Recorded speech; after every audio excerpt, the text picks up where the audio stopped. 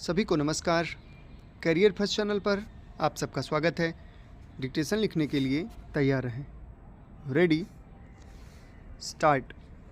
अध्यक्ष महोदय, मैं कल कह रहा था कि वित्त मंत्री जी ने जिस संदर्भ में यह बजट प्रस्तुत किया है और जिन परिस्थितियों की पृष्ठभूमि में वित्त मंत्री का भार संभाला है, उस दृष्टिकोण से यदि इस बजट को देखें तो हम इस परिणाम पर पहुंचेंगे कि वित्त मंत्री जी ने निश्चित तौर पर ऐसा काम किया है जिसके लिए वे धन्यवाद के पात्र हैं।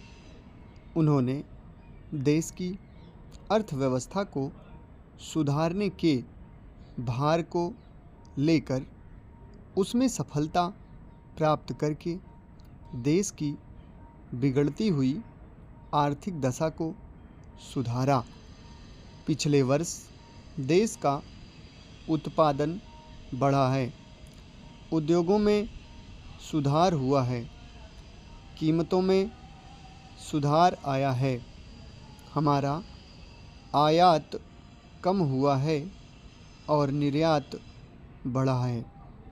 इस तरह से देश में एक नई आशा और विश्वास पैदा हुआ है।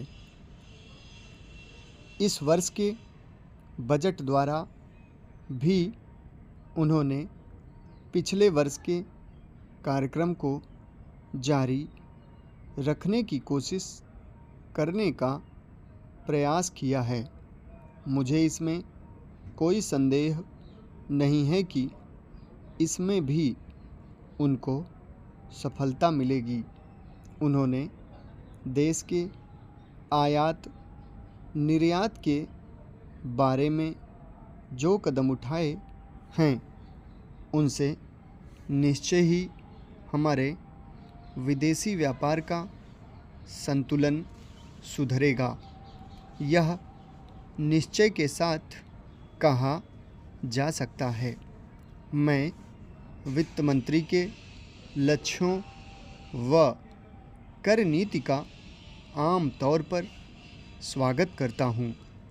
यद्यपि मैं मानता हूँ कि इस कर व्यवस्था के द्वारा मध्य वर्ग पर बोझा पड़ेगा, परंतु इस देश में हमें पंचवर्षीय योजनाओं को जारी रखना है। इसलिए उस संदर्भ में हमें आर्थिक साधन जुटाने पड़ेंगे और ऐसी दशा में जो लोग इस देश में ऐसी स्थिति में हैं जो कष्ट उठाकर के भी कुछ दे सकते हैं, उनको देश के लिए देना ही पड़ेगा।